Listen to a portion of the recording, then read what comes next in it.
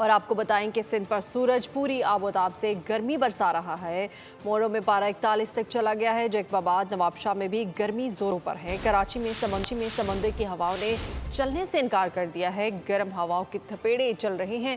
दर्जा हरारत 40 पर पहुंच चुका है। महकमा मौसम ने ताकीद की है कि शहरी एहतियात करें, पानी ज्यादा पिएं, धूप से बचें। सिंध भर में सूरज का राज, लोड शेडिंग ने दिया दोहरा अजाब।